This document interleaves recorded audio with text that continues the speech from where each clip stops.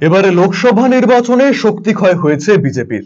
কেন্দ্রের ক্ষমতায় থাকতে শরিক দলগুলোর দাবিকে মান্যতা দিতে হবে বিজেপিকে।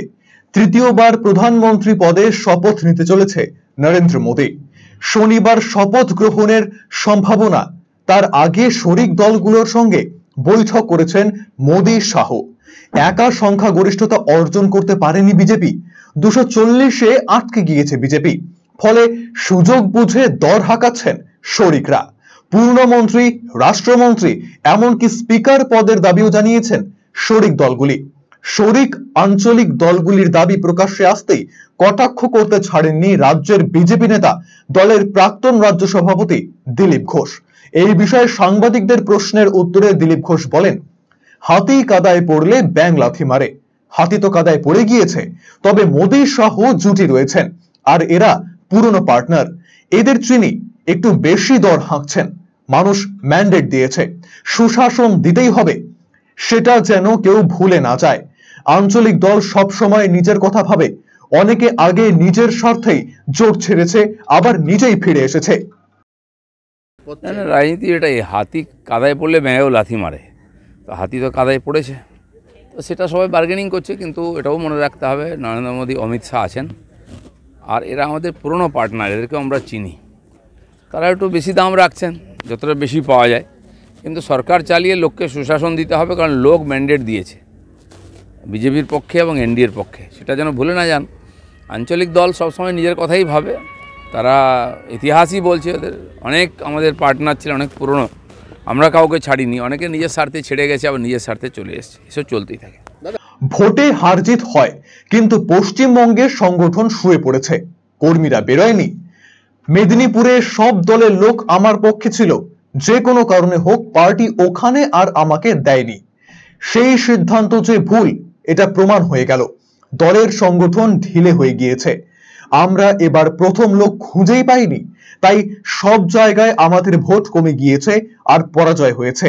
নিজের পরাজয় এবং রাজ্যে বিজেপির ফল নিয়ে মন্তব্য দিলীপ ঘোষের। দেখুন, ভোটে হার জিতে হয়, তাতে একটু মনে প্রভাব পড়ে, কিন্তু ব্যাপারটা যেভাবে সংগঠন একবারে পশ্চিমবঙ্গে শুয়ে পড়েছিল, কর্মীরা বেরোননি। কর্মীদের বার করতে গিয়ে আমি তো মেদিনীপুরে 1 বছর 1.25 বছর ধরে লেগে বুথ অবধি সংগঠন তৈরি করেছিলাম, সব গ্রামে গেছিলাম। সেখানে 304 কোটি টাকা দিয়ে কাঁসাই ব্রিজের স্যাংশন করেছিলাম, টেন্ডার 50 বছরের পেন্ডিং, এবং শিলাবতী 2টো ব্রিজ গডকরিজির কাছ থেকে। 500টা গ্রামে সোলার লাইটের আমি পারমিশন করি, 250 গ্রামে লেগে গেছিলো, আরও 250 গ্রামে প্রসেসে আছে। বাকি আমার ফান্ড থেকে যা কাজ করা সে তো আমি করেছি। রাস্তাঘাট ইত্যাদি, একাধিক ট্রেন, নতুন ট্রেনের যে স্টপেজ বেলদা থেকে আরম্ভ করে খড়গপুর দিকে, সেটা আমি করেছিলাম। তো মানুষ খুশি ছিল, সমস্ত পার্টির লোকেরাই আমার পক্ষে ছিল। যে কোনো কারণে হোক, পার্টির সিদ্ধান্ত নিয়েছে, সেটা ঠিক ছিল না, প্রমাণ হয়ে গেছে। তো আমি বাকি জায়গায়ও করব, কিন্তু সংগঠন যেভাবে ঢিলে হয়ে গেছে সব জায়গায়, বুথে আমরা প্রথমে লোক খুঁজে পাইনি, খুঁজে দাঁড় করাতে এজেন্ট খুঁজতেও হয়েছে। তো দুর্বলতা ছিল সংগঠনের, সেই জন্য সব জায়গায় সার্বিকভাবে আমাদের ভোট কমেছে এবং হার হয়েছে। এদিকে দিলীপ ঘোষের প্রতিক্রিয়া নিয়ে পাল্টা দিলেন তৃণমূল কংগ্রেসের মুখপাত্র শান্তনু সেন। শান্তনু সেন স্পষ্টতই বলেন, দিলীপ ঘোষের ভেবে দেখা উচিত তিনি যে দল করেন সেই দল আদতেও তার করা উচিত কিনা। দিলীপ ঘোষের এখন ভেবে দেখা উচিত তিনি আদৌ এই দলটা আর করবেন কিনা। তার সাথে ক্রনোলজিক্যালি যা যা ঘটেছে, তাকে রাজ্য সভাপতির পদ থেকে সরানো হয়েছে, তাকে সর্বভারতীয় সহসভাপতির পদ থেকে সরানো হয়েছে। তিনি পার্টি অফিসে গেলে ওপরতলায় বসে থাকলে, নিচের তলায় মিটিং হলে তাকে ডাকা হয়নি।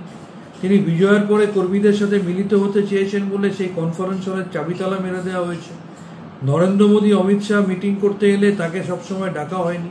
তার নিজের কেন্দ্র, যেখানে তিনি 5 বছর সাংসদ ছিলেন, সেখান থেকে তাকে সরিয়ে দেওয়া হয়েছে। এত কিছু অপমান সহ্য করার পরেও দিলীপবাবুর ভেবে দেখা উচিত যে তিনি এই দলটা আদৌ করবেন কিনা। সুমিতের রিপোর্ট, RCTV সংবাদ, কলকাতা।